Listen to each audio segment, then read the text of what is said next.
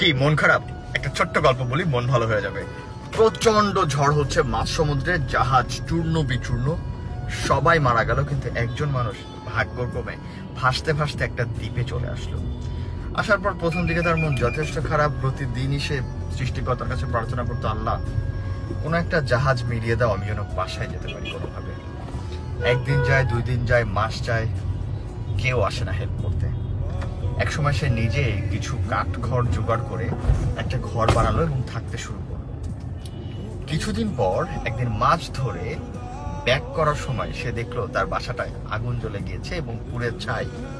সে সৃষ্টিকর্তাকে বলল, আমার একটাই ঘর ছিল, তুমি এটাও কেড়ে নিলে। এভাবে সে সৃষ্টিকর্তার উপরে বিলাপ করতে থাকলো আর নিজেকে শেষ করার জন্য সমুদ্রের দিকে পা বাড়ালো। সমুদ্রে ডুবে নিজেকে শেষ করার জন্য প্রতিজ্ঞাবদ্ধ মানুষটা সমুদ্রের পাড়ে যেতে যেতেই অবাক হয়ে দেখলো একজন নাবিক একটা জাহাজ নিয়ে তার কাছে হাজির। সে অবাক হয়ে জিজ্ঞেস করলো, এতদিন আমি এখানে ছিলাম, কেউ আমাকে হেল্প করতে আসেনি, আপনি কে ভাই, কোথা থেকে আসলেন?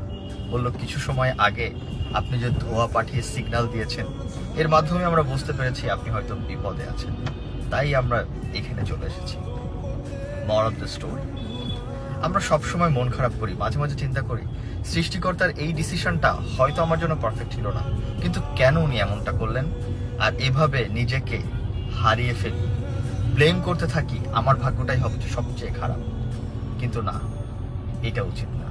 উচিত ওইটাই যেটা হচ্ছে, এটাই সৃষ্টিকর্তার ডিসিশন, আর মেনে নেওয়া, অপেক্ষা করা ওই মুহূর্তের জন্য যেই মুহূর্তে আমার জন্য সেরা পুরস্কার অপেক্ষা করছে।